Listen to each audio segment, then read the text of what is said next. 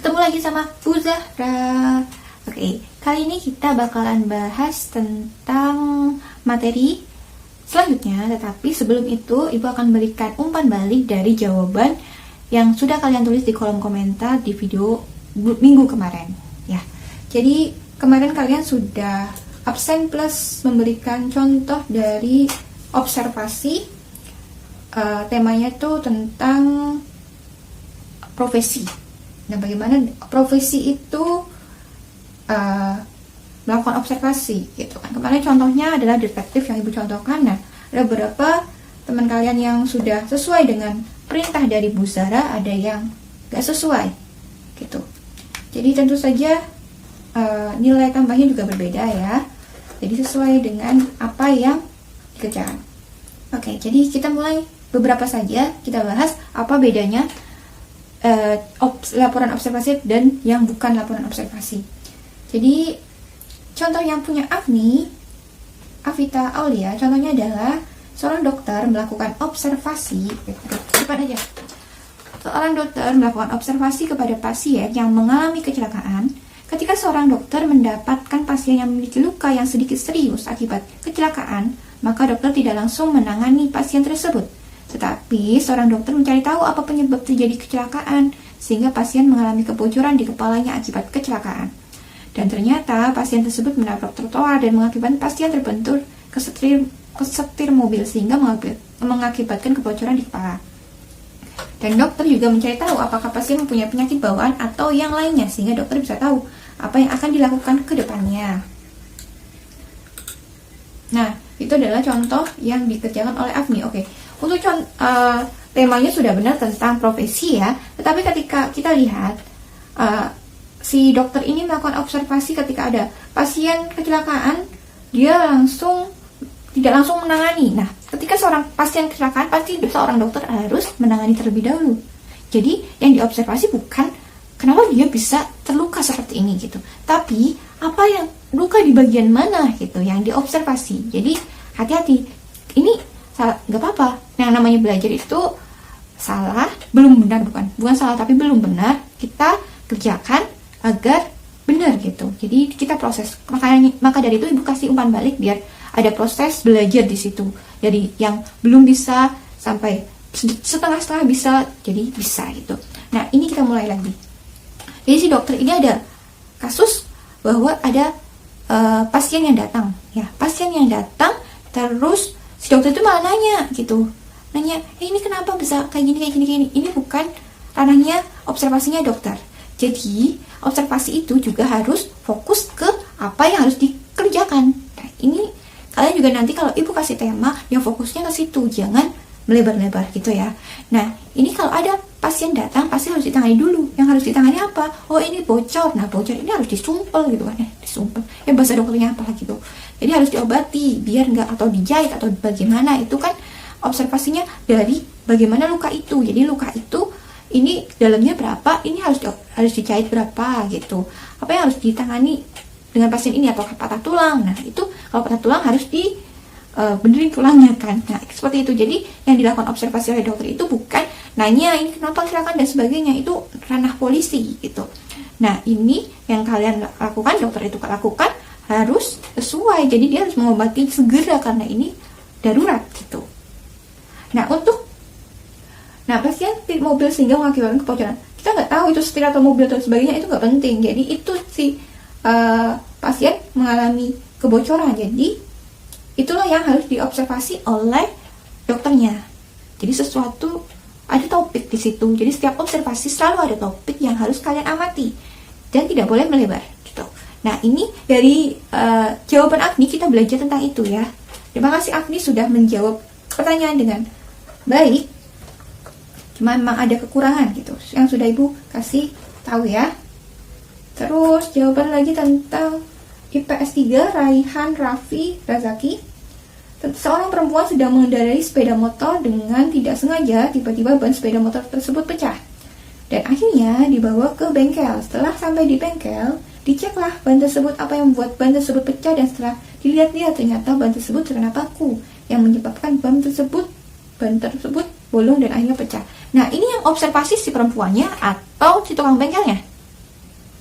tukang bengkelnya pastinya. Jadi ya dia melakukan observasi si tukang bengkelnya, dia itu harus meneliti ini itu sampai akhirnya dia tahu bahwa itu bocor dan caranya ya ditambal gitu. Jadi fokusnya berarti ke si penambal bannya ya, bukan perempuannya gitu. Terus itu sudah benar observasinya, cuma emang kurang fokusnya saja. Oke, lanjut lagi punya Winda. Ada seorang chef yang melakukan hasil observasi dengan melakukan pengamatan terhadap makanan yang ingin dibuat, bahan-bahan makanan, peralatan yang digunakan, dan melakukan pengamatan terhadap langkah-langkah cara pembuatannya. Seorang chef juga harus tahu kalori setiap makanan, jadi setiap makanan harus mempunyai kalori dan vitamin yang cukup.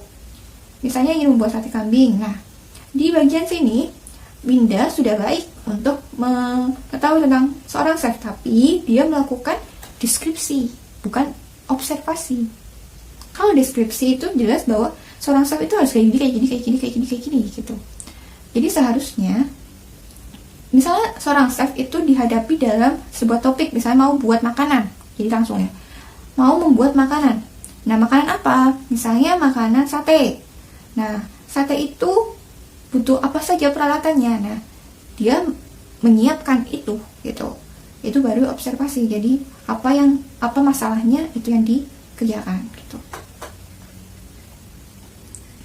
Terus ada lagi nggak dari PS4 ya? Itu udah banyak. PS4 coba. Oke, contohnya yang urip tribagus basmalah. Nomor absen 35. Proses perkembangan manusia dimulai dari masa kanak-kanak, bahkan dimulai dari masa kelahiran saat anak-anak.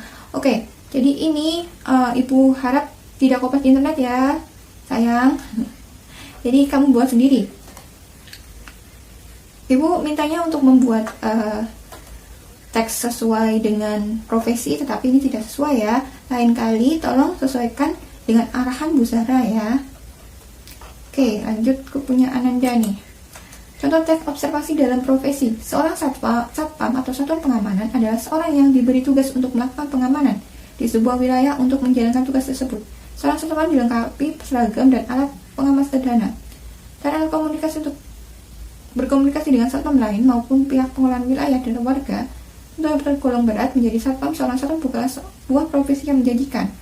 Setidaknya dari segi penghasilan yang diperoleh. Oleh karena itu, tak jarang kita menemukan satpam yang hidup dengan kondisi prihatin. Oke, ini bagus sebenarnya, walaupun tidak fokus ke tokoh satpamnya dalam memecahkan masalahnya, jadi mengobservasi apa gitu. Tapi ini Nadinda dia menjelaskan tentang tes observasi bahwa dia mengamati tentang kehidupan satpam gitu. Nah, kehidupan satpam itu seperti apa? Dia mengamati itu, lalu dibuat tes observasi walaupun belum sesuai struktur ya, karena ibu kan belum ngajarin strukturnya. Ini sudah bagus Nadinda, bisa dibaca oleh teman-teman. Jadi Nadinda ini mengamati tentang satpam. Jadi dia menjelaskan tentang observasinya tentang satpam. Itu seorang menggunakan seragam, terus ada alat komunikasi, terus tapi dia ternyata banyak kondisinya tuh banyak yang memprihatinkan seorang satpam. Nah, itu observasi. Sudah benar punya Nadinda. Satu lagi ya. Ini berapa? Udah 10 menit. Punya sering. Oh, ada beberapa yang tidak sesuai dengan arahan Bu Zahra. Tolong nanti lain kali kalau Bu Zahra bikin video, tolong ditonton ya, biar sesuai arahan aja, sesuai arahan. Ibu kan perintahnya itu contoh observasi nih. Nah, ada punya Muhammad Atif Fakhrudin PS3. Guru merupakan sosok yang memiliki peran sangat besar dalam peradaban suatu bangsa. Hal ini tak lepas akan, walaupun demikian menjadi seorang guru terlebih tentunya penghargaan yang mereka terima hanyalah berupa gelar sebagai pahlawan tanpa tanda jasa. Nah, ini oke sih, tapi gaji rendah, tuntutan kuliah. Oke, ini bagus. Jadi mengobservasi tentang guru ya, pekerjaan guru, pengamatan tentang gimana guru gitu. Hanif pohon mangga. Gak apa Hanif, besok-besok lagi sesuai ya sama apa yang ibu arahkan. Ini dia setiap musim kemarau. Yang lain yang observasi.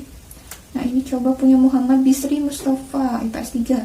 Seorang pelajar formal di masa pandemi sekarang melakukan pembelajaran mereka menggunakan sistem daring karena belajar sistem tatap muka masih dilarang oleh pemerintah. Nah, ini belum termasuk observasi karena kamu tidak melakukan observasinya lebih lengkap.